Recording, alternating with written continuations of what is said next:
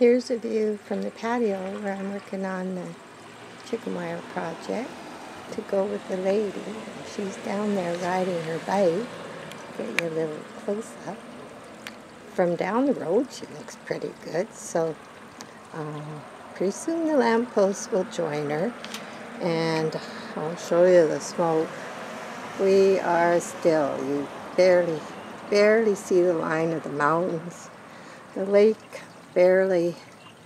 Yeah. Yes, we're still here, surrounded by smoke, surrounded by forest fires. The temperature is 81 right now. Feels like 60 because by the evening it's later afternoon, it's over 100, and it's over 90 in the house, and you just look for the cool spot and you move from one place to another. But right now it feels beautiful. There's a nice breeze blowing through here, and this is what we're doing. Jack came up and he said, "What do you think we make a lamp post for beside the bike, just to make it look complete?" And I thought, oh, okay, well, in the back we took one of those black electric lamp posts someone threw out, and Jack just put solar lights where the regular lights were. It looks wonderful. And I'm thinking that. He says, no, chicken wire. So here we are, and he made a frame. We found this wire here, and it's under $2 a piece. And each piece is about 3.5 to 4 feet long. And it's aluminum, like the chicken wire, so it's not going to rust. And they were a little short, so he joined them together.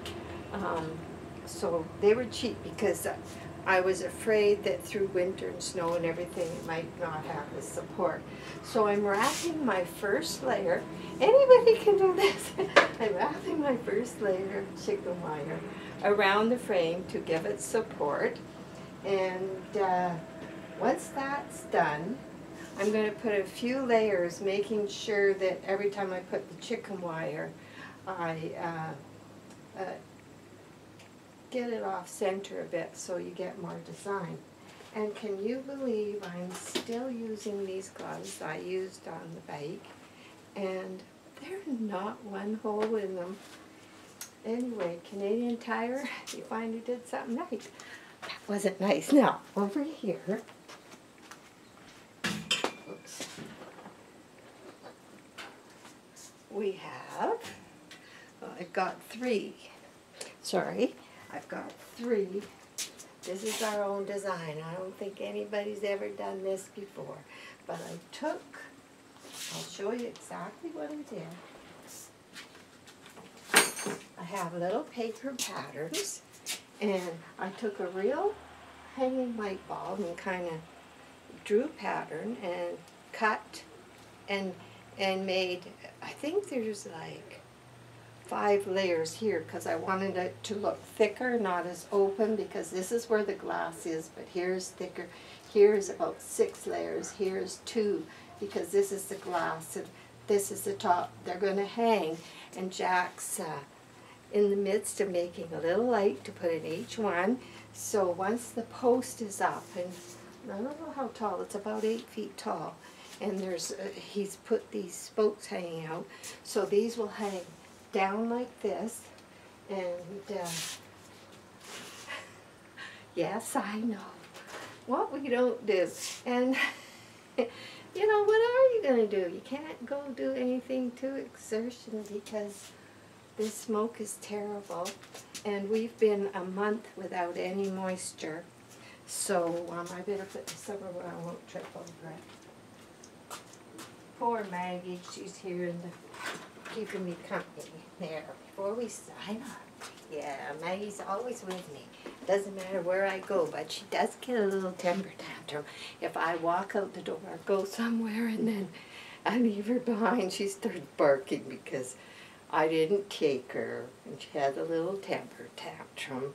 But anyway, we're still here, we're doing this, and I'll do a real quick catch up on how the orchids are surviving in this heat. Okay, bye for now.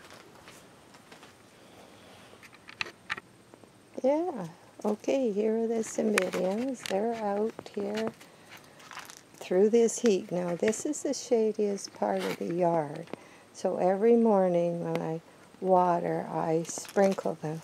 And considering the weather and everything, here it's in the shade in the solarium, which is all glassed in. And I do want to show you how they are surviving. The Mr. Bulls run all afternoon and evening, and we did hang a little curtain here, and so when it's really hot, and I'm saying over 100, and this has been a month now, it's been 90 to 100 every day, no rain, no change in sight. So I left them here, and this is what's happening. We put a little curtain here, and in the late afternoon, I will mist all in here. I'm still watering them 3 times a week. I am not doing extra in there other than misting and the misting bowls. But this gets soaked, and I mist all in there, and I close the curtain in the late afternoon when it's hot, and I managed to get this to about 45 humidity. Right now it's 87. It's almost lunchtime here, and we're smoked in, which is keeping the heat down. Hopefully it's not like 110 or 115, which it was yesterday. So I just want to show you how they are surviving in this heat, how I'm surviving in this heat. And okay, now if you remember my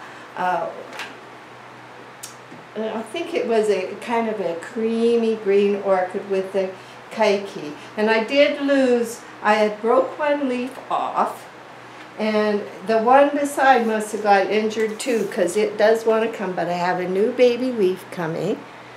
Yeah, there's a new baby leaf, and I have a knot. I watered a couple days ago. So, and we have a nice new leaf. Everything's firm and healthy, and there's the picture of how the roots are looking inside, because I don't have many clear pots. For me, because I'm not a heavy waterer, I prefer the other ones. They stay moist longer, but this is a strange year. So I love this orchid, so it seems to be doing good. Now, my dendrobiums,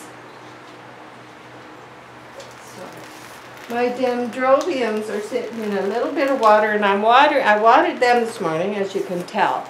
And this one is their Oriental Smile, which was ordered in the spring, and this one is Spring Smile Lovely Paradise. So, they seem to be doing good. They don't mind this extra heat. I'll show you a close-up. And they get watered every second day. And they were in such tiny little pots, hardly bigger than my thumb. And I put them in these, I think, well, it was a while after I got them, because I wasn't going to play around with those. And then I keep them in flower pots, because I don't want them to tip over, and I know they're going to grow bigger. So anyway, with a little love, we're doing good there. And you it's like keeping track of your children when you've just got a few. You say, oh, remember these. Well, these are my husband's Monet pot triplets, and this one has a new leaf. Everything looks good. And like I say, it's not watering day. I watered 2 days ago, I believe. But everything, I mean, they are surviving this heat. There was a couple limp leaves here, but they're from before, and these ones seem firm, and they kind of suffered a bit when I did transplant them, but they're doing good. And this is the purple fell with the long monopodial stem that I did not cut off. I could have. I may at some time. And anyway, here we are. It's got new leaves coming. And I see some lines. I've been watering it really good. I've been taking it, because it's so hot, to the tap every probably third day and really letting it run through. So this is how we look. There's a little green tip on. I might get that in there, but anyway. So we got the new leaf. Everything's looking good, considering it was repotted also. So we're happy with that. And whoa. And here's a little one in a clay pot. It loves this pot, actually. Everything looks healthy. Green tips. Now, the roots are pearly white because it is dry. The humidity, I am keeping. I should look for my. I haven't turned the misters on yet, but because of 3 misting bowls and closing the curtain for a while, I'm managing to keep it 40 to 45. I know that the recommended humidity is more like 70 or 80, but 60 is even good. So we are low, we are dry, we are misting, but every area is different, and they are very hardy. And so this one, the new leaf is grown, and then come fall, they stay out here and get at least 2 weeks of the colder nights, not freezing, but colder nights. And when I bring them in, there'll be lots of little, keep my fingers crossed, but there has been other years, we'll start get our flower spikes and have a beautiful winter. In fact, I think I'll look forward. I'll be looking forward to snow, you see. And here's another one. So they are all, hot or not hot, getting their new leaves. And they seem okay, but there is, okay, who am I forgetting? There's another one up there. There's this one. Okay. This one. This one's getting a new leaf that is healthy. Now this one went in some kind of shock. It was probably too dry and it did go limp. The new ones are healthier and firmer. This one's firm and this one's firm. I've still hoped for it. I'm certainly not. But it was a clear pot. And like I say, this was my first clear pot. And with me, I do better with the other pots, probably because they're holding the moisture a little bit more. But I think I've got it better now, and considering how it's been, we're doing good. Now there is one thing. Okay, here's the one. Already I had, this was one of my newer orchids that I put in this pot, and it had no yellow leaves when I got it. And I should have really looked, because it lost 2 yellow leaves already. These are going yellow, and it may have a type of fungus, I don't know. But inside the pot, the roots seem healthy, and there's no new spike coming, and 2 more leaves are going. That'll leave it with 2. So this is my, I just don't know.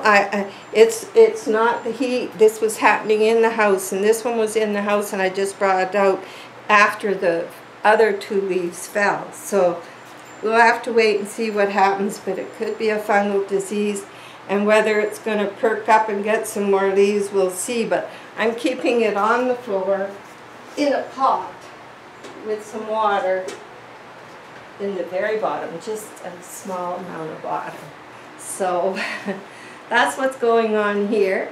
And the bark mulch, my little bark display, had 1 flower and it died off. Now it's got 2. So I'll be back to you when everything goes in the house, unless I think it's going to be beautiful. And if I have room, I'll attach a picture of it that I did take. And that's it for now. Hope you guys are enjoying your summer.